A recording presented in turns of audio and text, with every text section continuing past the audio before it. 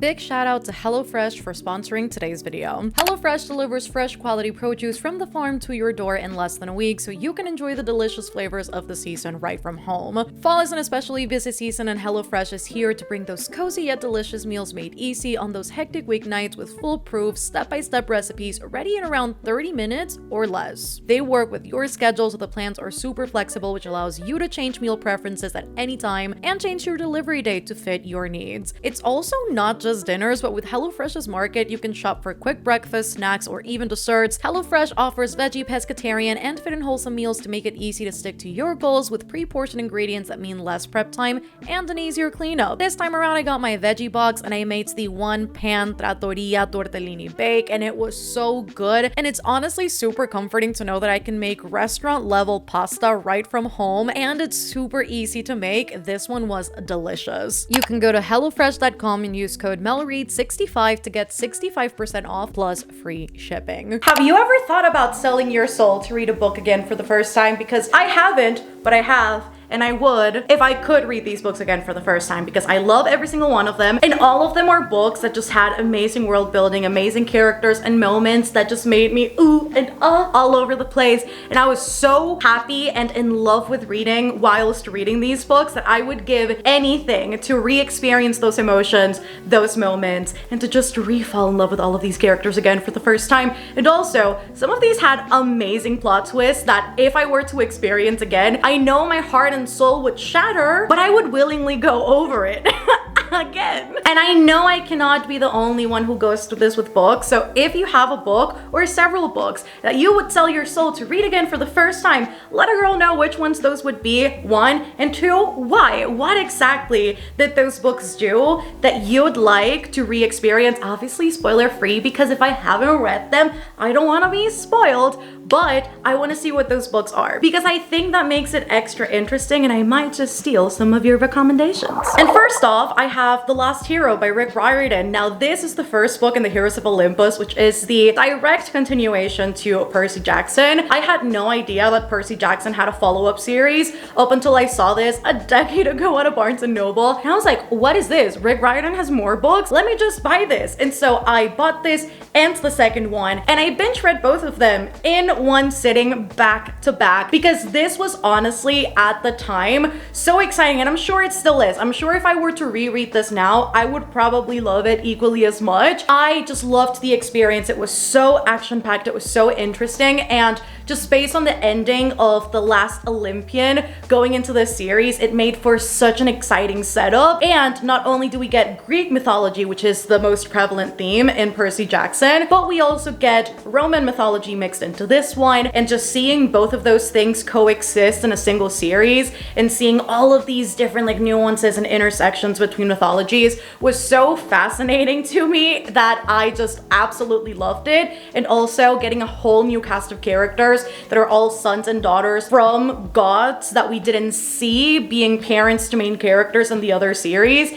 I think also made it super interesting to see the dynamic of gods and their children versus what we got to appreciate in the main series. So I quite loved this, and I cannot wait to get through my reread of Percy Jackson so I can actually get back into this and also finish the series, because I got stuck at House of Hades because I didn't want the series to end, and then I never finished it because I was in denial. And now, a decade later, I think it's about time. Queen of Air and Darkness is another book that I absolutely screeched when I read for the first time, and the only time, because this is quite a big book. But out of all of Cassandra Clare's backlist for all of the Shadowhunters books, I genuinely think that the Dark Artifices, I've seen people use these interchangeably. I think this is the best trilogy out of all of them. It is absolutely amazing. We have a best friends to lovers dynamic, which was done so incredibly well. And if there is anything Cassandra Clare does extremely well, giving us enough backstory on the characters and enough dire situations on page that we get to care for them so extremely much. And I just love the world building she did for the Shadowhunter world. I think it's fantastic. But in particular, this one, the reason I loved this so much is because for the entire series, for all of her series, we've been hearing that that Pierre Bataille cannot fall in love, they cannot date, they cannot get married for some super mystical reason. We never find out that reason until Queen of Air and Darkness, because our main characters are Pierre Bataille, and I absolutely love how that went down. It was so action-packed, so stressful, but so beautiful all at the same time,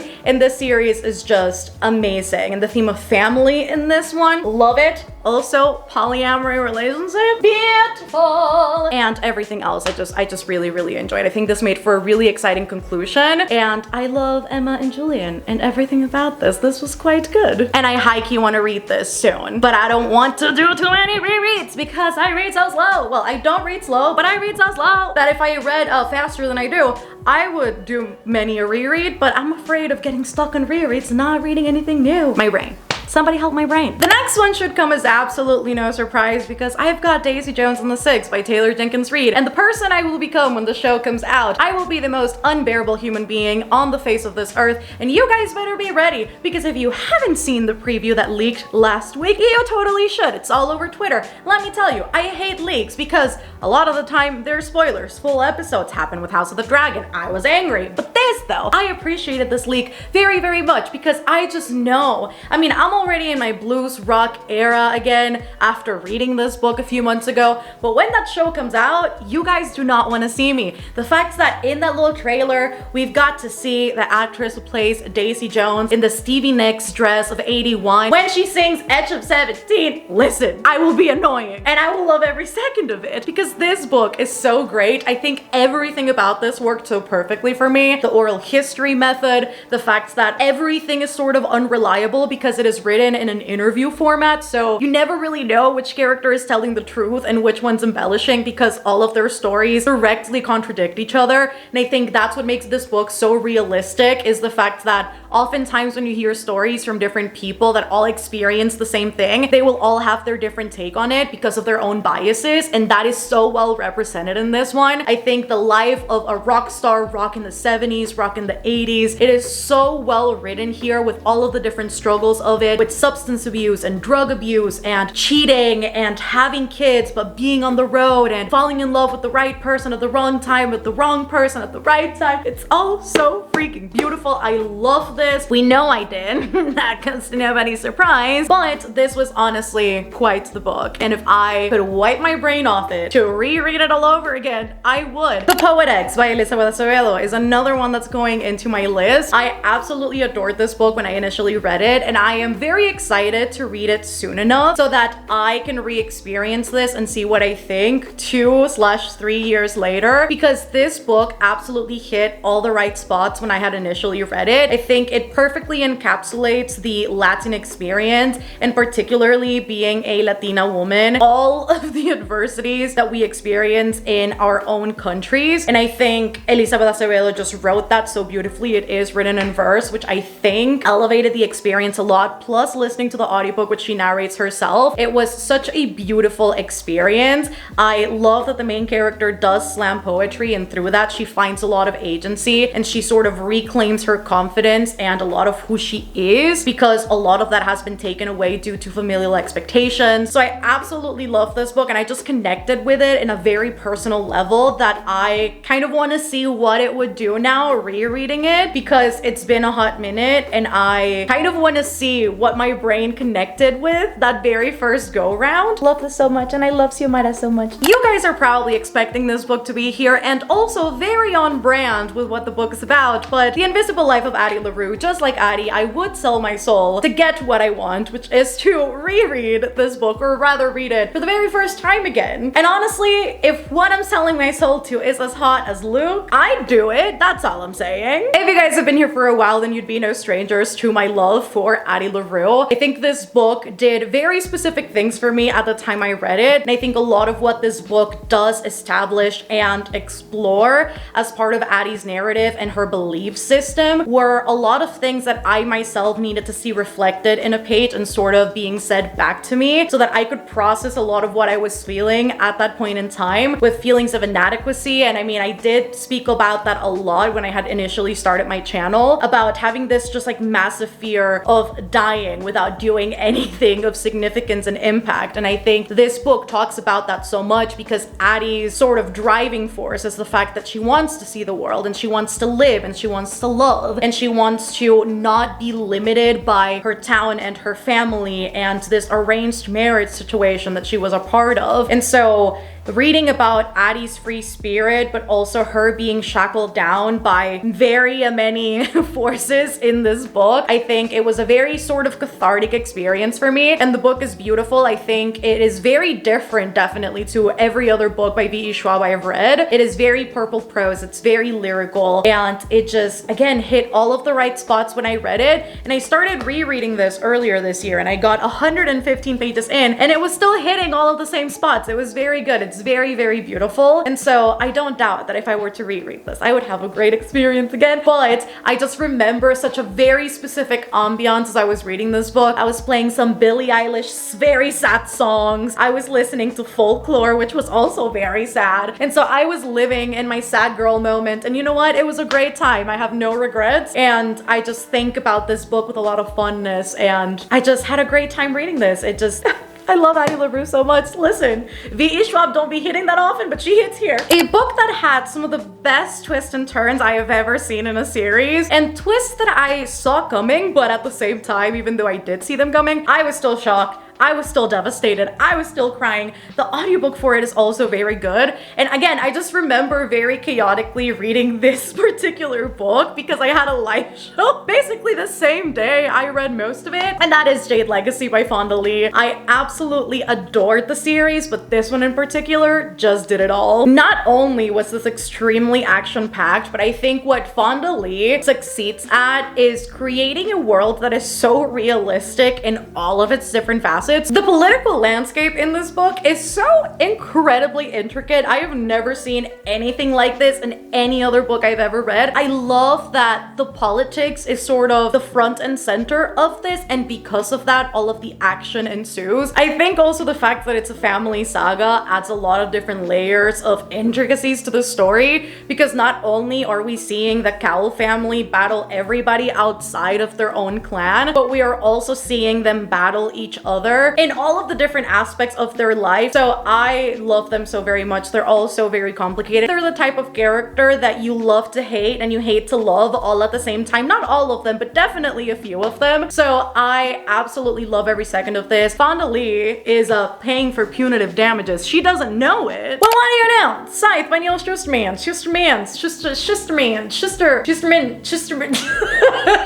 Still to this day, I cannot say this man's last name. Point withstanding, Scythe is another book that I would sell my soul to read again for the first time, because this book just did it all for me. I think it was unlike anything I'd ever read, to the point where I had read this book, and still to this day, I've never read anything quite like this. I still have yet to read book 3 because I have commitment issues. This one in particular, the first one, remains the superior one. So many twists and turns in the most twisted of ways, and I think it really is the premise and the characters as the vessel of that premise that lead to that shock and to that action-packed goodness, and for all of those twisted things to happen. Because the setup for this book, the premise itself, is the fact that we have a world where all of the issues we face nowadays are non-existent. So no death, no hunger, no misery, no corruption, no nothing. Like, the world is essentially perfect, and because of it, there is this thing called the scythedom that is created. They are scythes who will literally glean people at random, so they literally unalive people just to keep this balance on Earth. And we particularly follow our main two characters, Sitra and Rowan, who are scythe apprentices who will be potentially inducted into the scythedom, and we get to see everything happen through their eyes and everything happening around them that directly impact the world. And it's so interesting to see Neil Schusterman's take on, if we were to flash forward this many years and the world was quote unquote perfect, with things like corruption and racism and all of this disparity still exist, and the truth is that they do, they just manifest themselves differently. And the way that particularly the conversation around corruption is handled in the series, I find it so incredible incredible, especially for a YA series. I think it was done masterfully, and I honestly love that. And I think the reason why I love Scythe so much, beyond the action and the characters obviously, are those themes, are those politics, are all of those questionings about, so if the Scythes are doing this, are they good, are they bad, does that in some way mess with their brains and their outlook onto the world? Do they think they're more powerful than other people? And I found all of that fantastic. So I love this. And last but not least, we've got the Southern Book Club's Guide to Slaying Vampires by Grady Hendrix. Didn't think a Grady Hendrix book would make it into this list. However, this is truly one of the best books I have ever read. And that comes as a surprise because I had initially started reading this book. I got like a third of the way through, and then I put it down, and then I picked it up a year later, and then I finished it. And I restarted it, and then I finished it. And this was absolutely amazing. The audiobook for this is also one of the best audiobooks I have ever listened to. This is prime horror, and I say that not only because this book is actually very scary, but also because of the themes in the book. It is set in the 90s, and the way that Grady Hendrix brings to life not only the atmosphere of suburban 90s, but also all of the implications of the suburban 90s is absolutely phenomenal. We get to see this dynamic between the wives, like all of the girly pops who are in the book club, and then their husbands, and how the power play goes down, and how they were constantly being put down for being women and for being wives, and therefore they are seen as less than, even though they are the women carrying everything. Listen, it was so infuriating, particularly to see what's the main character's husband. I don't even know. Patricia's husband, I wanted that man dead. Like, you guys don't even know. But even down to themes of race and racism and how that was addressed in this book, I think it was done masterfully. And also, all of the gore and all of the scenes of the animals, oh, they were so disgusting, but so fucking good. And also, Stalker Vampire, like literally grab Edward Cullen, but actually make him as creepy as he should have been in Twilight, and James Harris is what you get. It is absolutely phenomenal, and I loved every second of this freaking book. And Grady Hendrix just did it. He just did it in this book. And those are all of the books that I would sell my soul to read for the first time again. I do have more, but I didn't want to make this too long. But do let a girl know down in the comments which books you would sell your soul to read for the first time again, because I'm super interested to see maybe if we agree on some of them, or if you have other options, leave them all in the comments. Do let a girl know, and don't forget to subscribe if you want more bookish content. I am constantly uploading videos that I'm sure you do not want to miss. And if you want to support the channel further, again, there is a Patreon down in the description. We always do super exciting stuff over there. We do weekly live shows, extra videos, early access. We have a Discord server, book clubs. We're doing a Halloween event this Sunday. We're gonna do movies and we're gonna do games. It's gonna be super fun. So if you want to join us, hit the Patreon down below alongside all of my social medias if you want to find me anywhere else. Love you guys so much, and I shall see you on the next one. Bye guys.